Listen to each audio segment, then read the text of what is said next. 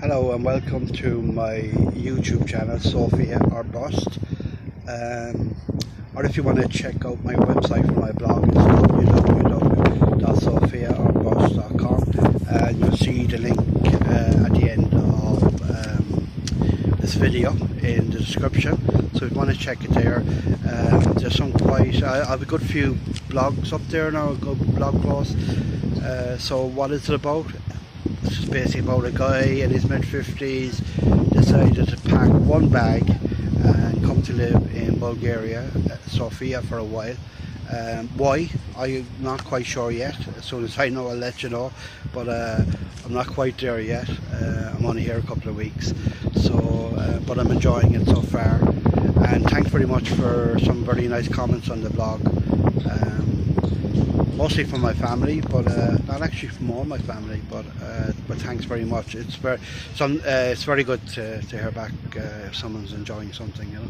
So as I said in my last video, I'm just going to do some really short videos, not marathon videos. I don't want to bore anyone, just some very short videos of some places in Sofia that I find quite interesting. And today I'm actually in a park in central Sofia, and I'm going to take a look at the monument of the Soviet soldier here in a park in Sofia. So there it is, and if you have a look up there, you'll actually see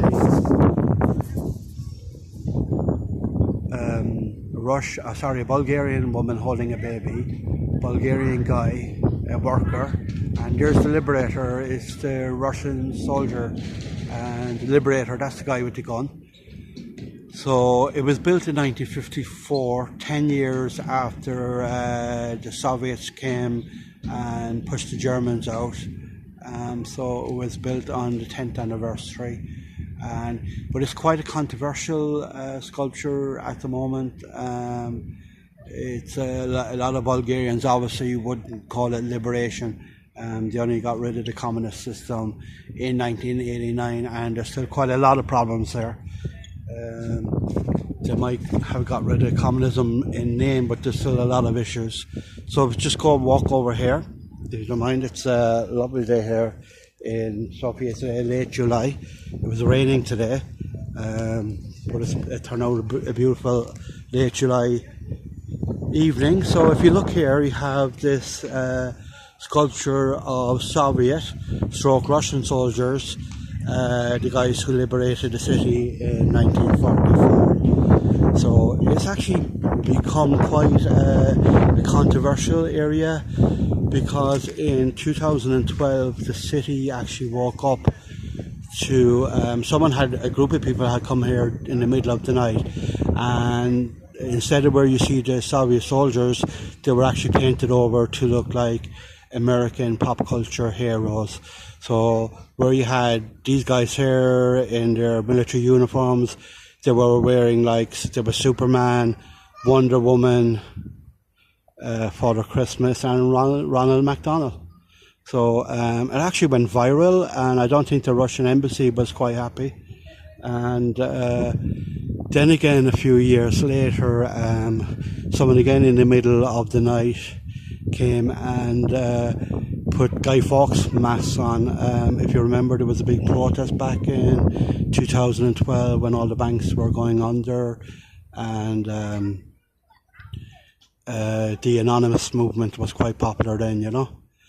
And a couple of years later, I think 2 years later, during the anniversary of the Prague Spring, which is when in Prague they had some resistance to Soviet occupation, the city actually woke up and all these guys were painted pink, because I think in Prague that time protesters painted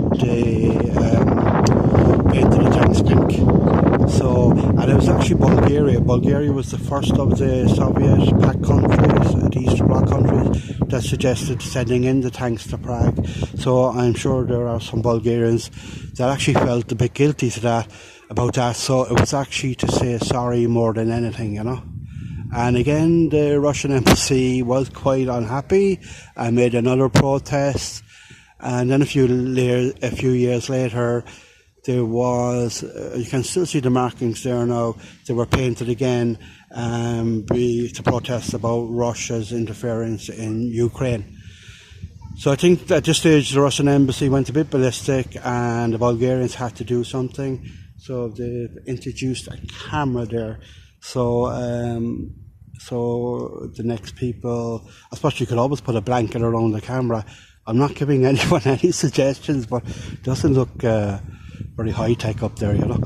But I suppose if there's a will, there's a way, and if there's no will, there's no way.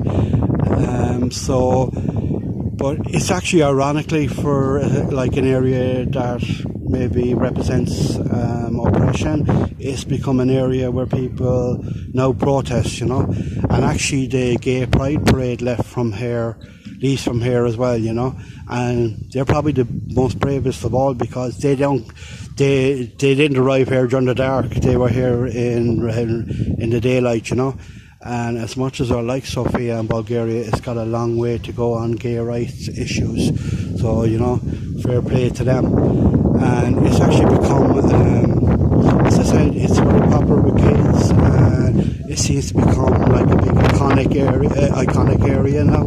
So, as I say, where people protest, and you'll see kids hanging around here, and you know, skateboards and all that. So it's ironic how things turned out in the end, you know.